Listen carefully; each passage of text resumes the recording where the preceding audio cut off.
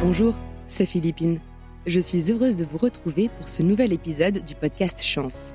Si vous ne nous connaissez pas encore, Chance accompagne celles et ceux qui en ont besoin à trouver la voie professionnelle qui est faite pour eux et à trouver leur juste place dans le monde du travail et dans le monde. Quel est le sens que je veux donner à ma vie pro ? Quel est l'endroit où je me sens bien et alignée avec qui je suis ? Dans chaque épisode, j'interviewe une personne, connue ou pas, qui nous raconte et nous partage son parcours, ses questionnements et comment elle a réussi à dépasser ses peurs, à saisir les opportunités et les rencontres que la vie a mises sur son chemin, à les provoquer aussi, pour arriver là où elle en est aujourd'hui. On dit que la chance, c'est un mélange de préparation et d'opportunités. Et chaque épisode vient, je crois, l'illustrer. Pour ce nouvel épisode, je suis heureuse d'accueillir Samba au micro du podcast, parce qu'à lui tout seul, Samba incarne tellement de belles choses. Il est la preuve vivante qu'on peut réussir même sans diplôme, qu'à la force de sa volonté et de son talent, on peut gravir un à un les échelons et devenir manager d'une grande équipe. Samba nous explique aussi que parfois, en cours de chemin, on peut perdre un peu de vue le sens et avoir du mal à se projeter dans l'après. Il est alors sain de s'interroger sur pourquoi on se lève le matin, pour réussir à se reconnecter à sa flamme intérieure. Avec toute son énergie, son sourire et son charisme, Samba nous raconte. Vous écoutez Chance, le podcast qui défend l'égalité des chances professionnelles et le droit de se réinventer. Bonjour Samba et merci beaucoup d'avoir accepté notre invitation. Merci, bonjour Philippine. Alors, pour commencer, pourrais-tu nous raconter d'où tu viens et quel est ton parcours ? Peut-être t'arrêter jusqu'au moment où tu as fait le parcours Chance pour te repositionner professionnellement et nous raconter ton parcours jusque-là. Donc, alors, je m'appelle Samba Traoré, j'ai 43 ans et j'ai grandi dans une ville qui s'appelle Les Mureaux, où j'ai passé une bonne partie de mon enfance, où j'ai fait ma scolarité, enfin voilà. Je suis quelqu'un qui a arrêté l'école assez tôt.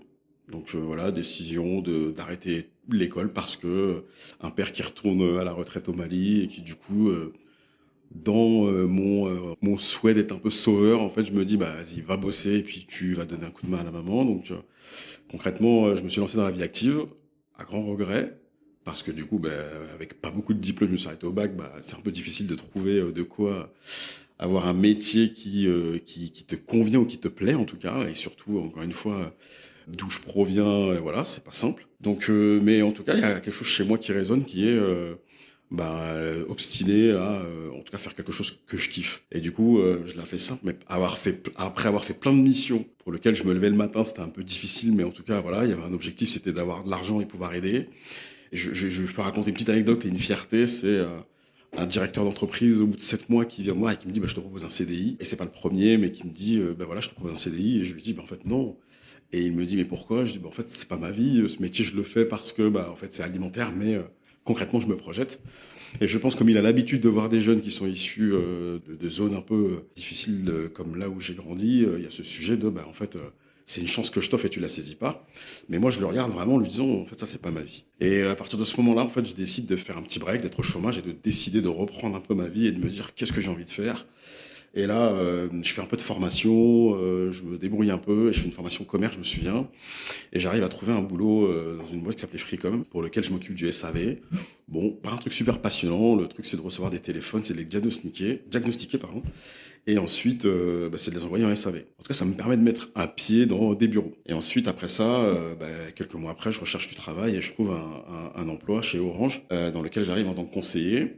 Et j'arrive en tant que conseiller, j'ai un petit temps d'adaptation, enfin je mets peut-être un peu plus de temps à comprendre la formation que les autres, donc il y a un peu des questions où on se pose, est-ce que j'ai ma place ou pas, mais moi je sais que je l'ai. Et en fait, le travail de confiance en soi, chez moi, il a déjà commencé à ce moment-là, c'est attends, mais tu sais ce que tu veux, donc laisse-toi juste le temps. Et puis aussi se remettre dans comment tu travailles de manière à t'améliorer. Et en fait, j'évolue rapidement dans le service commercial. Et puis là, je prends mon pied, j'aime parce que le truc, c'est que j'aime fidéliser. Donc, j'aime parler, j'aime discuter, j'aime échanger, comprendre pourquoi les clients veulent quitter ce service qu'on leur propose.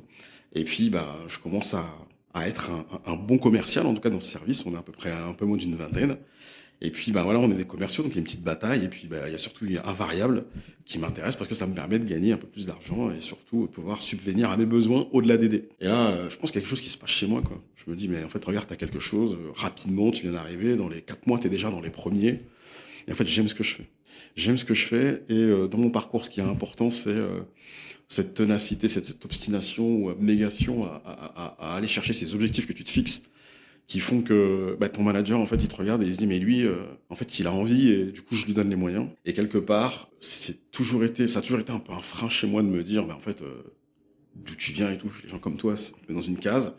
Mais en fait, moi, je me suis toujours dit non. Tu dois sortir de cette case parce que tu sais que tes parents, d'où ils sont arrivés, comment ils ont dû galérer pour arriver en France, tu dois leur rendre en fait quelque part l'appareil et cette souffrance qu'ils ont pu vivre, parce que d'arriver dans un pays où pour un des deux illettrés, c'était pas simple. Et moi je dis il faut que je m'en sorte et je veux les rendre fiers. Du coup je bosse, je continue et puis je suis premier, je suis le meilleur vendeur et ce que je kiffais chez Orange, c'est que tous les mois en fait on mettait la tête du meilleur en fait sur une affiche en disant c'est lui qui a fait le plus de rétention et ça en fait c'est le gros kiff. J'aime ça. Au bout de 5 ans, on me propose d'évoluer ou je coach. Donc en fait je commence à prendre des gens qui arrivent et là je coach. Donc la première évolution dans ma vie on va dire elle est là.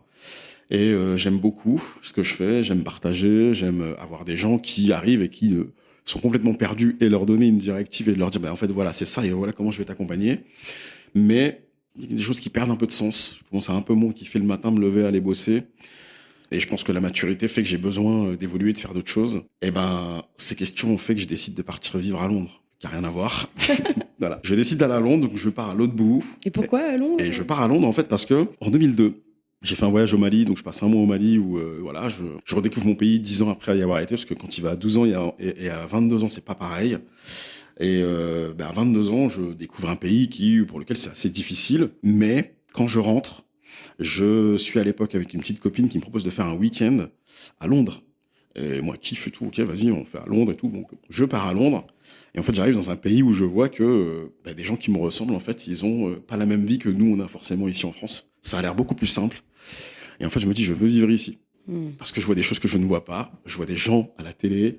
Je vois des gens dans des banques. Je vois des gens dans des bijouteries de luxe qui portent leur confession religieuse. Je vois des gens dans la police, dans le métro, qui peuvent être punk, qui peuvent être... Et ça, je me dis, mais il y a une ouverture d'esprit que je retrouve pas. Et je me dis, mais ça me va. Je rentre en France. Bon, voilà, il se passe quand même un bon moment parce que je parle de 2002. Et en 2009, je décide de partir. Où j'arrive chez une amie, en fait, qui m'héberge. Enfin, chez deux sœurs qui m'hébergent, vraiment. Je les remercie pour ça parce que ça m'a permis de pouvoir poser mes valises et prendre le temps d'eux. Et puis, comme elles étaient installées, de me projeter et d'aller chercher les documents qu'il faut, tous les papiers. Et ça, c'est assez exceptionnel. C'est une chance d'avoir ça. Et un pote, Mickaël. Et puis, du coup, on décide de prendre notre maison. Et rapidement, je trouve un boulot. Le truc, c'est que c'est la crise. C'est la crise. Grosse crise. Mais je trouve quand même un boulot dans la restauration. Où là, c'est difficile. Parce que j'arrive commis. Et je sors de bureau chez Orange et j'arrive commis. Et quand t'es commis, en fait, on t'appelle plus par ton prénom, on t'appelle service. Et là, quand on t'appelle service, en fait, tu perds un peu ta nature. Et en fait, service, le mec qui a soif, il dit service et tu lui ramènes à boire. Donc ça a été, fallait prendre sur moi d'accepter d'avoir traversé la Manche et de te dire, là, tu vas prendre sur toi parce qu'il faut que tu t'installes dans ce pays. Enfin, limite, j'ai vu mes parents un peu arriver dans un pays que tu connais pas, que tu maîtrises pas la langue et en fait, il faut que tu t'installes. Aussi, d'être d'origine africaine, il y a une réalité, c'est que nos parents, en fait, ou en tout cas moi, j'ai la chance d'avoir une maman qui s'occupait quand même pas mal de moi et qui était aux petits soins. Et en fait, là, il fallait que je fasse ma lessive tout seul. Et en fait, il y a des trucs que j'avais jamais fait. Donc, tu deviens un homme quelque part, tu te fais ta bouffe. Et surtout, j'avais des horaires qui étaient compliqués dans la restauration. Donc, il fallait arriver très tôt le matin pour nettoyer, préparer, avec une grosse coupure le midi. Mais t'habites trop loin, donc tu rentres pas chez toi. Donc, 3 heures à errer dans les rues. Et ensuite, le soir, tu peux finir à 2 heures du matin parce qu'il faut chasser les souris dans la cuisine. Et en fait, ok, c'est un boulot, faut être fort. Et ça, je pense que ça m'a beaucoup appris sur moi et à me dire, mais en fait, regarde, tu vois, cette résilience-là, t'as envie et quand t'es motivé, tu vas chercher et pas baisser les bras. Maintenant, j'étais venu à Londres quand même pour apprendre l'anglais. C'était l'objectif. Sauf que dans les restaurants, c'est essentiellement des Français, surtout dans les restaurants de luxe. Donc, je parle pas beaucoup anglais. Et j'ai la chance d'avoir une chérie à l'époque qui parle en tout cas anglais et qui me rejoint. Et avec qui on passe un peu de temps et qui du coup je me rends compte que c'est plus intéressant de passer du temps avec elle parce qu'elle parle anglais plutôt que d'aller travailler dans un restaurant. Donc je décide d'arrêter parce que trop de Français autour de moi et en fait ça m'aidait pas. Et je prends des cours et je me rends compte que dans les cours c'est super intéressant parce que je pense qu'à l'école en France on est bien formé, on nous donne les bonnes bases, mais en tout cas dans l'école où moi j'étais on pratiquait pas assez.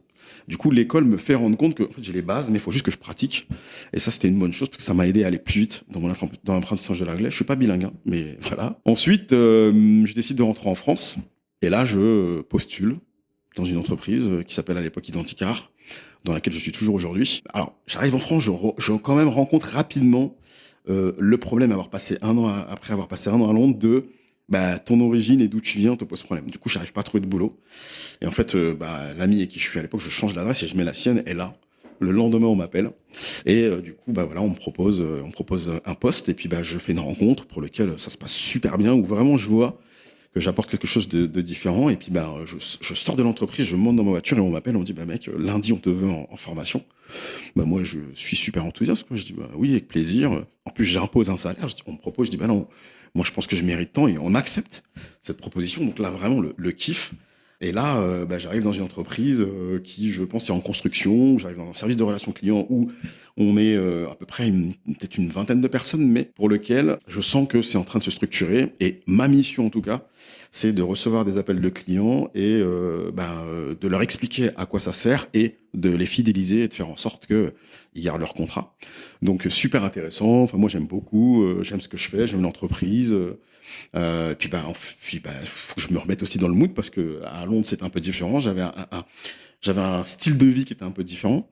Mais en tout cas ça va m'aider à pouvoir chercher un appartement, m'installer et c'est ça qui est important. Et puis rapidement, je pense que peut-être que je me démarque. Le fait que j'aime ce lien avec les gens, j'aime discuter, j'aime. En fait, je sais pas, c'est naturel et en fait, même quand je regarde quand j'étais plus jeune, j'ai peut-être toujours été un peu le chef de file, celui qui décide, celui qui dit bah vas-y cet après-midi, sortez vos skates, sortez vos rollers, sortez votre vélo et on fait ça et on bouge là, on va découvrir ça. Et ça, naturellement, je le fais. Peut-être un leadership naturel qui a fait que quand je disais aux équipes venez on fait ça, je pense que on devrait anticiper ça, venez on fait telle animation. Et on me suivait. Et puis j'ai la chance d'avoir à ce moment-là un manager qui voit ça et qui se dit il y a un potentiel donc comment on peut le mettre au service de l'entreprise. Et en fait on me propose une évolution, en tout cas de postuler à un poste de superviseur à l'époque qui me tétanise parce que comme j'ai pas les études, je me dis en fait non, ça sera jamais moi. Et puis une expérience passée chez Orange aussi où souvent on m'a dit mais postule et quand je l'ai fait, on me dit il te manque ça et en fait j'étais pas sûr, mais là vraiment j'ai quelqu'un qui m'appuie et qui me dit mais vas-y tente, t'as vraiment des bonnes choses donc ça peut le faire. Et je tente. En plus je suis face à des personnes avec qui je sens que c'est pas simple, mais et j'ai quelqu'un en face de moi qui a les études, qui a le bac+2, qui a ce qu'il faut pour pouvoir avoir ce poste. Donc moi ça me tétanise un peu. En compétition, tu veux dire pour le poste? Exactement, en compétition pour le poste effectivement. Et là je me dis en fait tu n'y arriveras jamais. Et puis finalement le DG de la boîte finit par dire en fait faut que je les départage parce que j'ai des avis différents. Et en fait il reprend des appels de l'un et l'autre et il se dit mais en fait lui là il a une manière de traiter mes clients, c'est ça que je veux voir. Du coup c'est lui que je veux en superviseur. Et là on se rencontre et je pense même que sur le papier vu le CV il se disait non je vois pas cette personne, mais en fait avoir été poussé par ma hiérarchie en se disant mais là il y a vraiment un profil qui est intéressant. Je pense que c'était une bonne surprise et du coup, il m'a donné cette chance. 2 mois après, il me revoit après ses vacances et il me dit, comment ça s'est passé cet été? Et je lui explique, moi, ce que j'ai fait, c'est juste de venir. Je récupérais une équipe pour laquelle il y a du cadre à mettre et en fait, il me dit comment ça s'est passé. Je lui explique, il me dit non mais bravo sur les chiffres, une vraie évolution, un cadre et puis moins d'absentéisme, donc des preuves que l'équipe se sent bien et que du coup, en fait, tu mérites ta place et puis.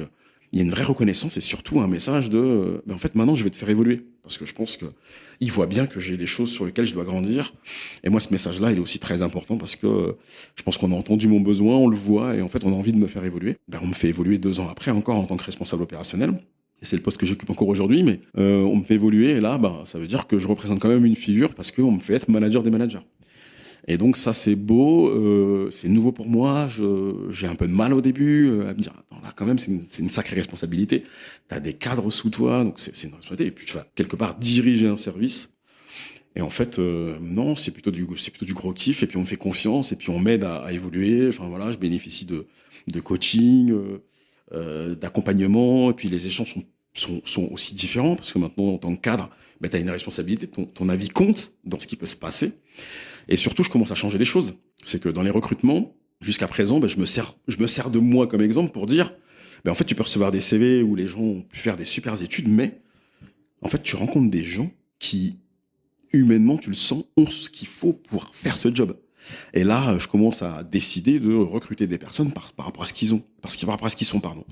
Et je me dis, McDo, ils ont dû fouiller dans mon cerveau, mais vraiment, le venez comme vous êtes. Ce truc-là, c'est vraiment ce qui me caractérise.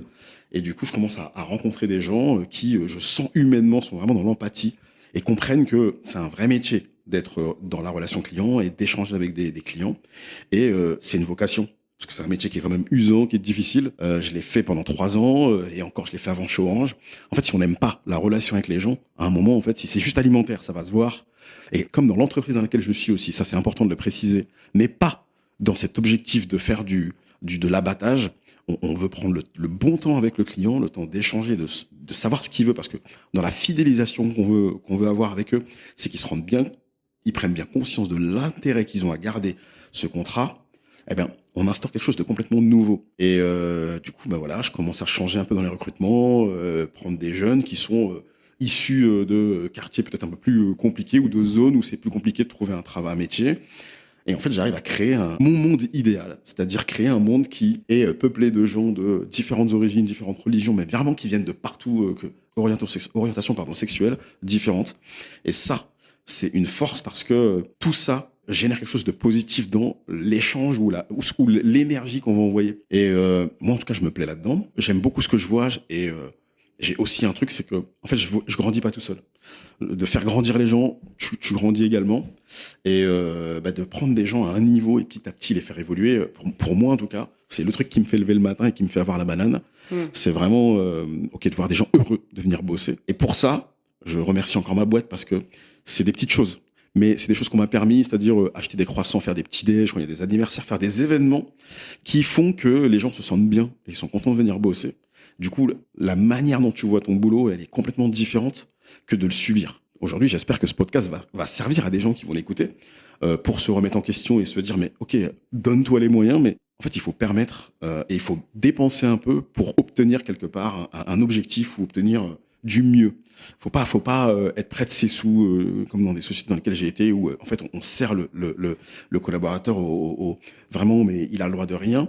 En fait, pour moi, c'est pas un coaching gagnant. Le coaching gagnant, c'est vraiment une notion de gagnant-gagnant, mais je te donne, mais tu vas tellement apprécier que du coup, tu vas donner de ta personne de manière bienveillante. Et en fait, on a commencé à changer même notre management. On est passé d'un management directif à un management plutôt collaboratif. Donc c'est ok. Comment toi aujourd'hui tu vois les choses, comment je t'implique dans ce que tu fais, comment je donne du sens à ton métier de manière à ce que tu te dises quand je me lève le matin, je suis pas juste un numéro non. En fait, je suis quelqu'un et on me respecte en tant que tel par rapport à où je viens, l'éducation que j'ai eue, le parcours que j'ai pu avoir. En fait, c'est ça ma richesse. Comment je la partage. Et ça, c'est vraiment une fierté. C'est quelque chose aujourd'hui parce que je vous disais, on était une vingtaine quand je suis arrivé. On est plus de 150. On est quasiment 150 aujourd'hui. Le truc a vachement évolué, mais en tout cas, cet ADN-là, on l'a. Il est vraiment présent. J'ai aussi eu la chance dans mon évolution de pouvoir ouvrir un service dans l'Oise à Beauvais et pour lequel j'ai commencé avec 4 personnes, aujourd'hui ils sont 50 parce que je travaille avec une collaboratrice là-bas et mon binôme qui vraiment, on a fait un boulot je trouve assez extraordinaire, c'est de réussir à insuffler ce qui se passe au siège là-bas et je suis content quand des gens viennent et retrouvent cette énergie en tout cas de se dire c'est à 100 km mais je retrouve la même énergie, c'était important. Cette notion aussi de comment on recrute, comment on va chercher des personnes qui nous ressemblent, cet ADN-là est très importante. Mais c'est effectivement un parcours assez riche. J'ai vu beaucoup de choses. Et puis, j'ai commencé à un moment à me poser des questions parce que tout le monde évolue, tout le monde bouge. Mais moi, à un moment, j'ai envie de me dire comment tu as envie de voir les choses évoluer. Et puis, c'est là où je rencontre Chance. Merci beaucoup pour ce partage. Et on va bien sûr parler de cette bifurcation, tu as rencontré Chance et tu as repensé ta vie professionnelle. Mais avant ça, j'aimerais revenir sur quelques éléments que tu nous as partagés. Tu as parlé de cases, de les gens comme toi, d'où tu viens, ne pas avoir de diplôme, être face à quelqu'un qui avait tous les diplômes, etc. Et donc, j'ai bien compris finalement que toi, dans ta politique de management et de recrutement, tu appliques cette idée de mettre l'humain au centre et pas le CV, et donc les compétences et pas le diplôme, etc. Mais est-ce que finalement, si on le soulève à ce point-là, est-ce que c'est parce qu'aujourd'hui, c'est un handicap dans le monde du travail de ne pas avoir de diplôme en France ? Je pense que c'est un handicap. En tout cas, c'est très français. Juste, ne serait-ce que la semaine dernière, j'ai fait une formation sur l'inclusion et la diversité. Et j'ai des chiffres qui m'ont été présentés qui étaient assez parlants, disant que aujourd'hui, l'État a fait un test qui dit à diplôme égal, avec exactement le même parcours, un nom à consonance étrangère, avait plus de 50% ou 60% de chances de ne pas avoir de réponse. Et en fait, pour moi, c'était alarmant de voir ces chiffres parce que je me suis dit, c'est horrible avoir fait des études, avoir un parcours, mais d'être jugé que par d'où tu viens ou de la couleur dont tu viens. Et en fait, c'est vachement rabaissant. Et honnêtement, je ramène beaucoup tout ce que je vis ou tout ce que je fais à ce qui se passe aussi, l'actualité. Et en fait, je me dis, c'est dommage, je trouve dommage que la France, en fait, s'handicape à ne pas prendre, ou en tout cas, c'est mon avis, se servir d'une catégorie de la population que pour certaines activités ou certains boulots, alors que dans cette formation inclusion et diversité, il y avait des chiffres qui montraient que dans les entreprises où il y avait de la diversité, en fait, il y avait un vrai épanouissement et un taux de réussite qui était beaucoup plus important dans l'entreprise. Donc, en fait, ces chiffres-là, pour moi, il faudrait en parler. Je voudrais vraiment lever un voile là-dessus sur la France. Arrêtons de nous saboter. Allons chercher. Il y a des talents en fait partout. On arrive à le voir dans le sport aujourd'hui. C'est quelque chose qui est normalisé. Mais je me dis c'est dommage de pas le faire ailleurs. Quoi. Exactement. Je trouve ça vraiment dommage. On a gagné plusieurs trophées nous aujourd'hui dans notre service client. Et je pense que cette diversité, elle aide beaucoup à s'enrichir les uns les autres. Ta manière de voir les choses, ta manière de penser, peut-être aussi comprendre mieux les orientations, je disais, sexuelles de chacun. En fait, on a tous des normes, on a tous des gens qui doivent être comme si. En fait, ces normes, on essaie en fait, on les fait disparaître. D'accord.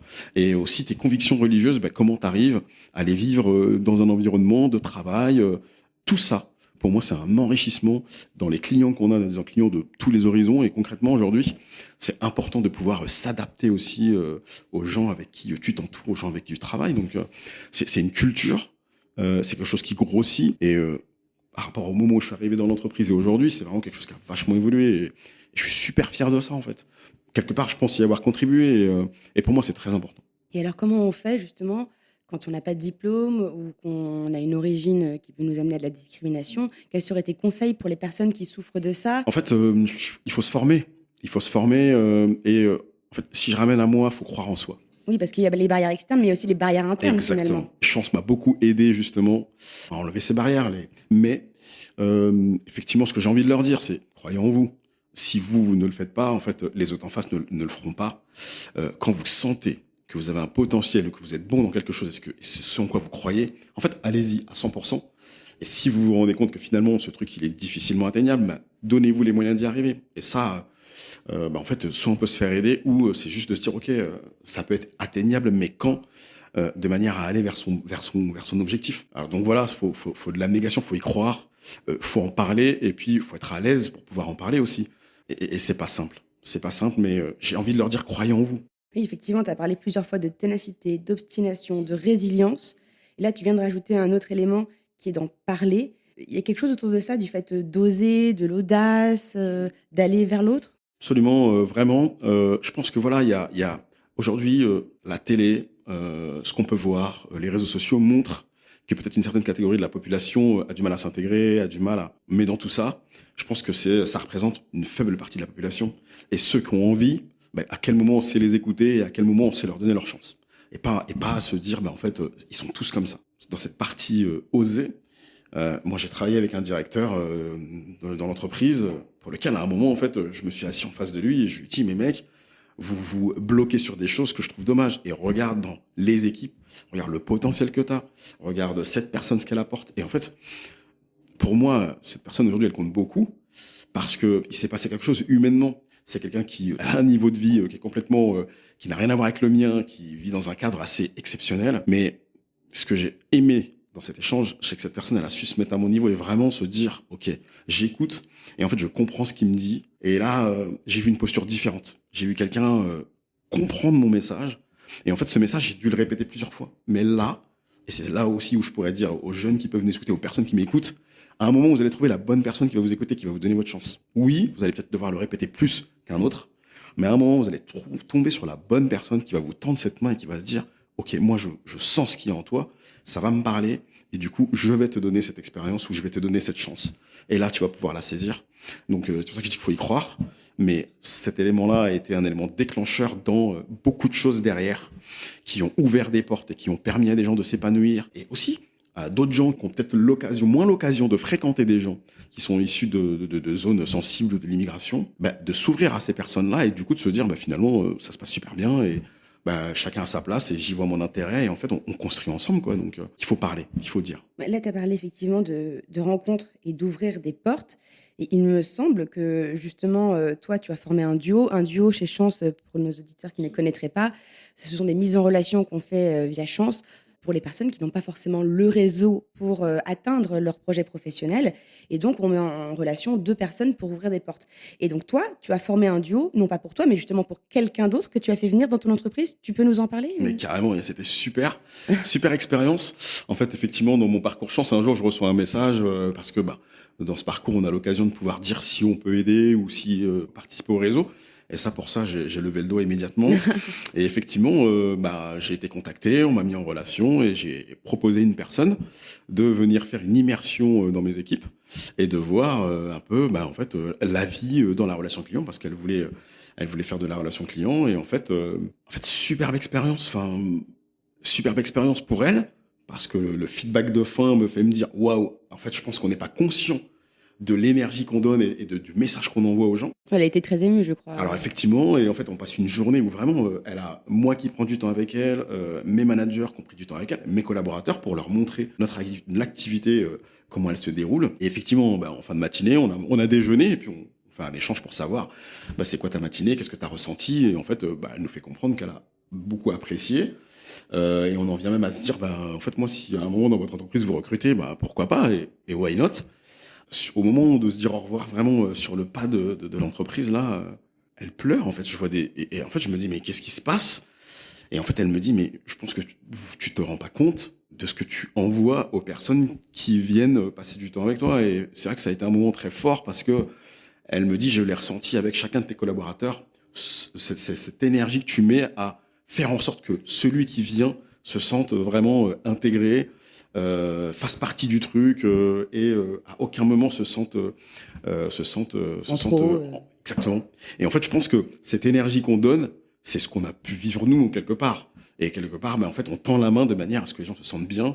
C'est vraiment gagnant à 200% dans le sens où les gens se sentent bien, mais et il y a un côté parce que en m'écoutant comme ça, on peut se dire mais c'est magnifique, on va y aller.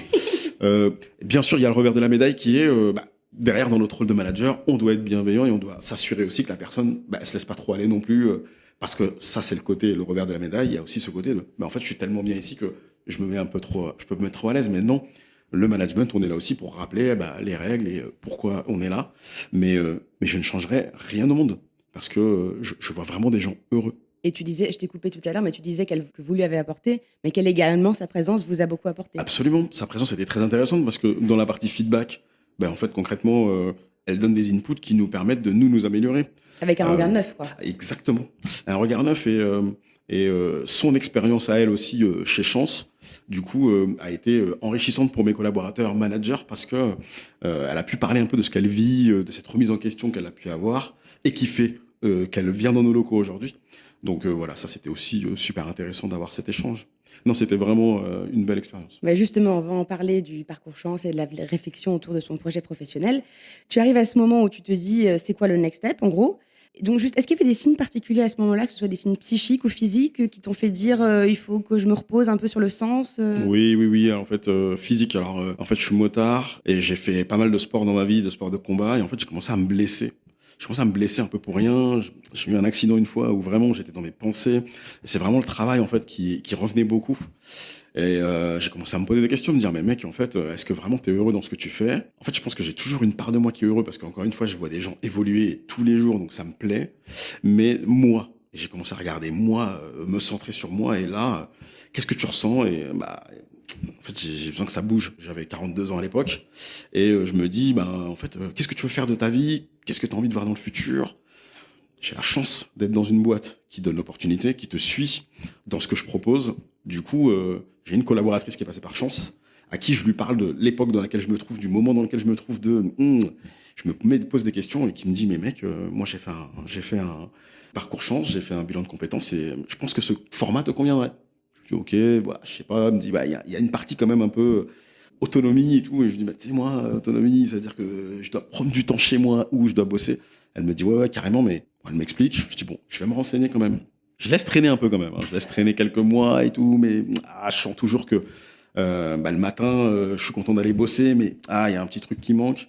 Et finalement, un jour, je décide d'aller sur le site de Chance regarder. Et puis, je prends contact, j'appelle et je discute avec quelqu'un qui m'explique un peu le fonctionnement. Et puis, là, ok, j'y vais, je me lance. Et puis, je me lance dans ce parcours. Et puis, là, au début, c'est un peu nébuleux pour moi parce que, faut que tu choisisses ton coach, et puis je vois que il y a une grosse partie où ça va te demander beaucoup de temps, soit sur ta pause déj ou le soir. Et je me dis, qu'est-ce que je vais avoir le temps? Est-ce que je vais prendre le temps? Étant dans l'opérationnel. Mais en vérité, ça parle de moi. C'est juste, mec, si t'as envie, tu vas prendre le temps. Et puis, je me lance, quoi. Et c'est parti.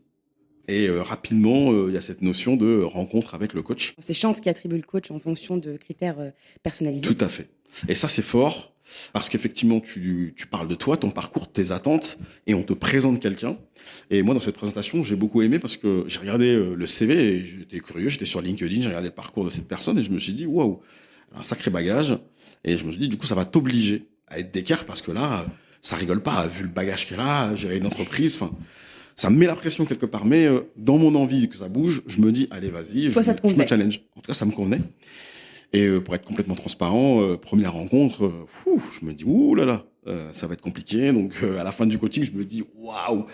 Je souligne quand même que dans la boîte dans laquelle je bosse, on a le droit à du coaching. Oui, et là, les coachs, voilà, il y a ce côté, on se voit, on passe du temps, enfin vraiment, donc on crée une relation.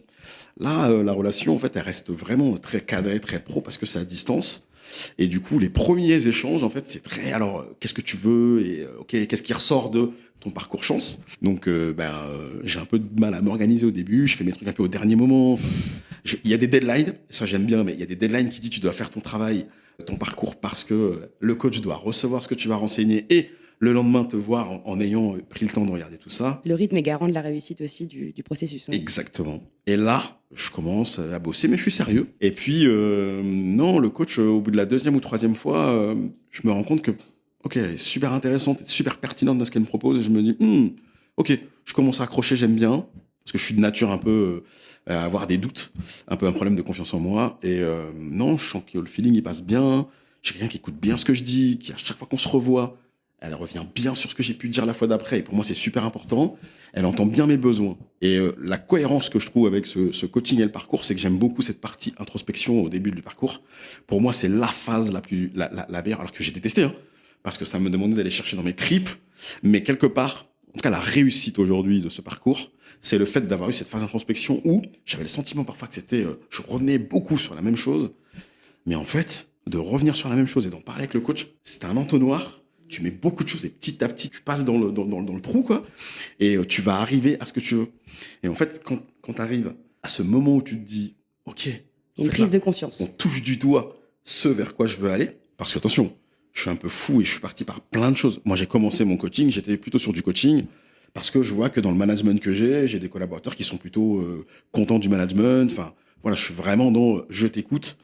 Et ce qui ressort beaucoup justement dans ce parcours chance, c'est mon envie de transmettre, mon envie aussi de communiquer, que les gens communiquent entre eux, mon envie de réparer. Parce que je vois des gens vraiment qui peuvent être blessés par un parcours de vie, par des choses qu'ils ont pu vivre dans leur vie. Et là, j'ai envie de les aider à aller mieux. Et en fait, je me rends compte quand je les aide à aller mieux dans leur quotidien, en fait, c'est au bénéfice de la performance. Donc même pour la boîte, c'est un plus. Et ça, pour moi, ça doit faire partie de mon métier, en fait, concrètement. Mais en vérité, plus je cours, plus je parcours, plus cette notion de coaching, en fait, est-ce que c'est vraiment ce que j'ai envie de faire au quotidien? Je me dis, je sais pas. J'aime ça. Mais est-ce que c'est ce pourquoi je vais me lever le matin? Je me dis non. Et lors d'un échange avec mon coach, on discute et puis je vois qu'elle a bien bossé sur mon parcours et qu'il y a tous les mots-clés, elle revient avec.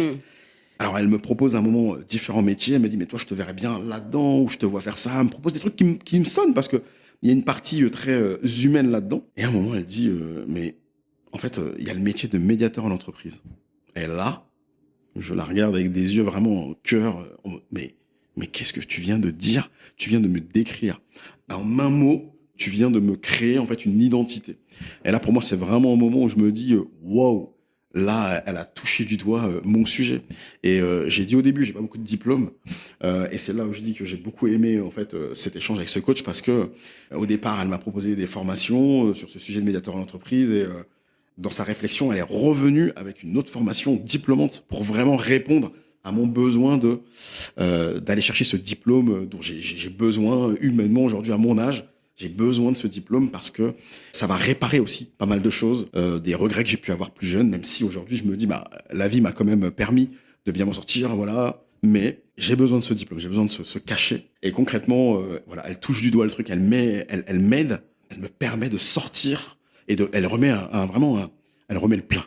Elle remet le plein. Là, waouh, je me dis, mais c'est ça que je veux. C'est bon.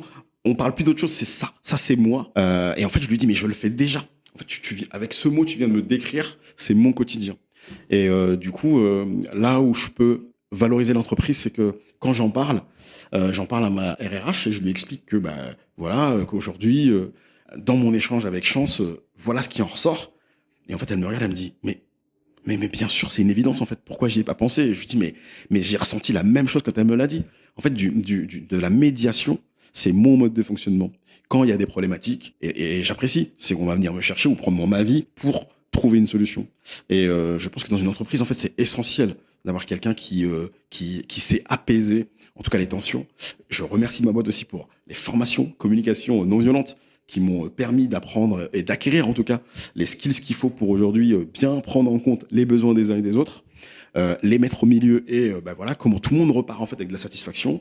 Donc ok, c'est ce que je fais, c'est ce que j'aime, donc c'est ce vers quoi je veux aller. Et tout au long du parcours Chance, du coup une fois que j'ai mis le doigt là-dessus, en fait on se centre dessus et puis là tout va très vite parce que ok, c'est quoi les débouchés, vers quoi tu veux aller, et puis en fait je me rends compte que avec l'aide du coach qu'il y a des steps en fait. Ok, il y a le diplôme, mais derrière il y a d'autres choses que tu peux faire. Tu peux évoluer dans des ressources humaines, dans le rôle de HRBP. Enfin, il y a plein de déroulés sur ce sujet qui me font me dire, là, t'as un plan. En fait, ça y est, t'as un plan et t'as une vision sur ce que tu veux faire et comment tu peux évoluer. Donc, concrètement, là, moi, je suis aux anges et je remercie ma coach vraiment encore une fois parce que Séverine a vraiment été géniale, très à l'écoute. Enfin, ça a été un plaisir d'être accompagné par Séverine et que je revois la semaine prochaine.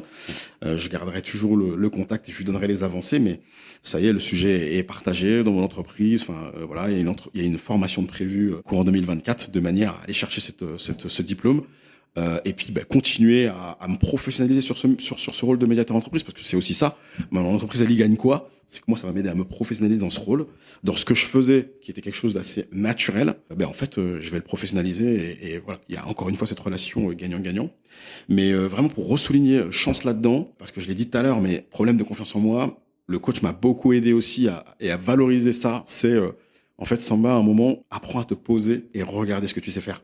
Et ça, je pense que beaucoup de gens ne savent pas. Pose-toi et regarde ce que tu sais faire, regarde tout ce que tu as accompli pour te dire, en fait, je sais faire tout ça. Et tout ça, comment je le mets en valeur, comment j'arrive à arriver demain peut-être devant un employeur et lui dire, voilà moi tout ce que je sais faire, voilà qui je suis, et peut-être là où je veux aller. Et Séverine m'a beaucoup apporté aussi sur ça. J'ai été victime du syndrome de l'imposteur beaucoup plus jeune parce que pas de diplôme et de me dire, quand on me donne des postes, je me dis, mais non, en fait, pourquoi on me le donne? Parce que je suis gentil, mais en fait, non.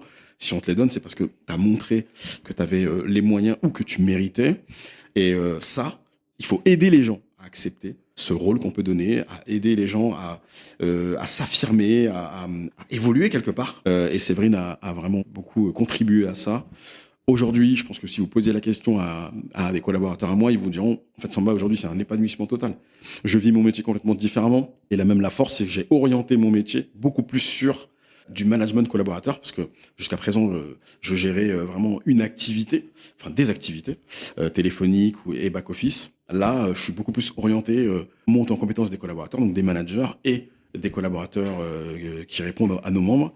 Et ça, c'est vraiment ce que j'aime. Donc, je suis content de voir que mes managers, ma directrice le voient et me disent, mais en fait, l'épanouissement, là, en fait, on sent que tu es vraiment à ta place et que tu vis pleinement ce que tu vis.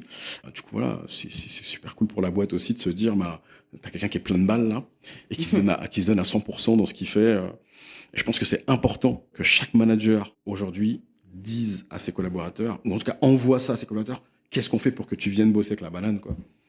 Et en fait, ça change toute une journée, ça change toute une perspective de vie.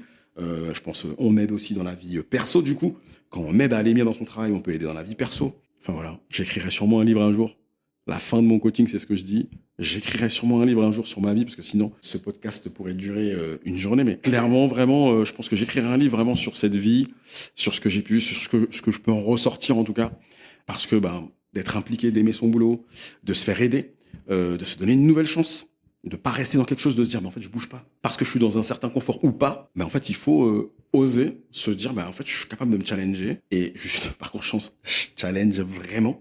Je vous dis cette partie phase d'introspection, moi j'ai mis du temps à la digérer, mais qu'est-ce que je l'ai aimé au final. En fait elle m'a aidé à être ce que je suis là aujourd'hui. Donc en fait je le recommanderais vraiment à tout le monde de faire ce parcours. J'ai recommandé, j'ai des gens là à qui je recommande. J'ai participé à une vidéo et je remercie Marine, mais aujourd'hui, j'ai des gens dans la rue qui m'ont reconnu et qui m'appellent par mon prénom. J'ai un papa à l'école qui m'a croisé et qui m'a dit bonjour, c'est vous dans la vidéo sur Facebook, sur Insta. Je dis ouais. Génial. Et à la fin, il m'a dit bonne journée Samba. Et en fait, vraiment, j'étais assez surpris de voir ce papa tous les matins et de là qui m'arrête et qui me disent bonne journée Samba, et j'aime beaucoup ce que vous faites. Et en fait, je me pose des questions, donc je vais m'intéresser à ce parcours chance. Je suis super content de participer à ça aussi. Et voilà, je reçois des messages sur Facebook de gens qui me disent génial, moi je me dis que ça marche pas. Et en fait, comment t'en parles, on sent de la sincérité, comme on te connaît, on se dit mais s'il en parle, c'est que vraiment c'est ce qu'il a vécu. Et oui, c'est ce que j'ai vécu. Donc non, super expérience quoi. Merci beaucoup pour ce partage. Si j'essaie de retirer quelques points clés, c'est amusant parce que tu as parlé d'entonnoir. Et justement, dans la méthode chance, il y a cette idée de diverger avant de converger. Et de ne pas se mettre de limites en fait, dans l'exploration des pistes. Parce que sinon, on peut rater finalement parfois la piste qui en ce moment nous convient. Et quand je dis la piste, il n'y a pas de job idéal, comme il n'y a pas d'appart idéal ou de conjoint ou conjointe idéal. Mais il y a le bon projet au bon moment pour soi. Et comme tu dis, ça se réinvente et ça se réaligne au fur et à mesure de la vie. Et toi tu as fait en tout cas, tu as eu le courage de te remettre en question à ce moment-là, et j'ai l'impression que ça t'a plutôt bien réussi.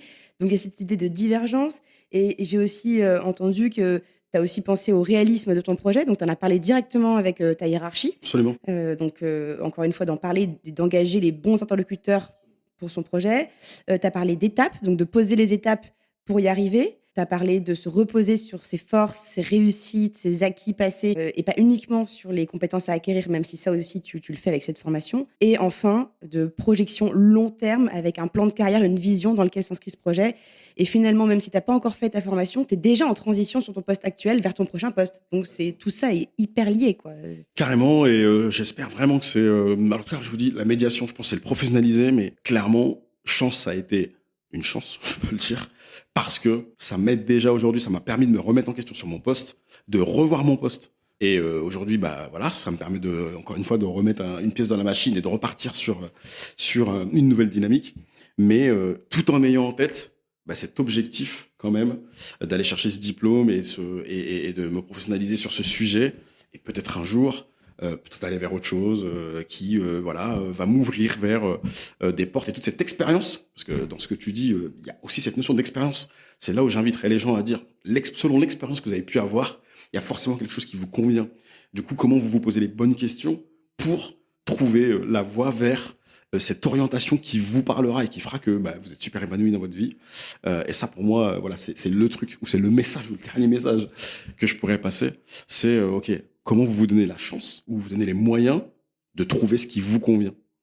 Pour moi, chance, en tout cas, ça a été une opportunité de trouver ça. Et même si j'étais très pessimiste au départ, ou pas, mais en fait, je le regrette absolument pas. Et voilà, je deviens ambassadeur. Ça me fait kiffer d'en parler. Merci pour ça. Peut-être pour le mot de la fin, mais pour les personnes qui se sentent pas encore prêtes à passer le cap, de se faire accompagner, que ce soit par chance ou un autre organisme, qu'est-ce que tu pourrais leur donner comme premier petit pas qui, toi, pourrait t'aider en autonomie, en tout cas, à aller vers cet alignement? En tout cas, le premier pas que je peux donner, chance que je peux dire, c'est que c'est une famille. Dans le sens où j'ai vu le Facebook, c'est une communauté, effectivement. Ouais. J'ai vu le Facebook. Et en fait, j'étais sur le Facebook aussi avant de me lancer sur Chance. Et quand j'ai lu les témoignages, là aussi, ça m'a fait me dire, ah ouais, quand même, il y a des gens qui ont vécu quelque chose et qui sont passés vraiment d'un métier à l'autre. Et je me suis dit... Parfois, il y a aussi des gens qui rechoisissent leur travail et qui sont alignés. Exactement. Et c'est mon cas. Et du coup, en fait, je me suis dit, waouh, en fait, finalement, il y a quand même beaucoup de gens qui témoignent. J'ai été voir les vidéos aussi, j'ai écouté des podcasts aussi, mais qui m'ont permis de me dire, parce que j'ai vu qu'il y avait aussi une ministre qui avait fait un podcast, et je me suis dit, En fait, ça touche quand même beaucoup de monde. Et ce que je peux inviter à faire les gens, c'est déjà peut-être le premier pas, c'est d'aller regarder s'ils se posent des questions. Allez regarder, vous voyez. Quelque part, moi, ça m'a aussi rassuré dans Oui. OK, faut y aller. Fouille, va voir quand même, parce que tu vois des témoignages là, tu vois des gens qui parlent. On se sent moins seul carrément. J'avais beaucoup de bons feedback aussi sur le coaching, le fait que tu puisses le choisir, et puis s'il te convient pas, le fait que tu puisses changer. Enfin, il y a vraiment une notion de c'est toi qui décides. C'est toi qui décides, donc pour moi, on peut pas se tromper. Et c'est là aussi qui est assez intéressant le parcours chance, c'est que c'est toi qui décides de ce que tu fais ou de là où tu veux aller.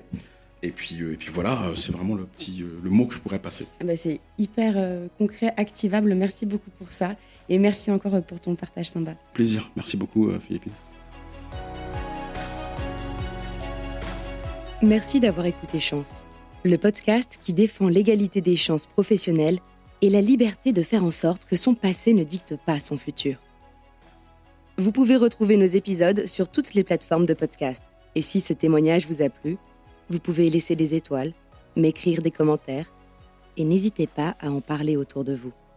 À bientôt.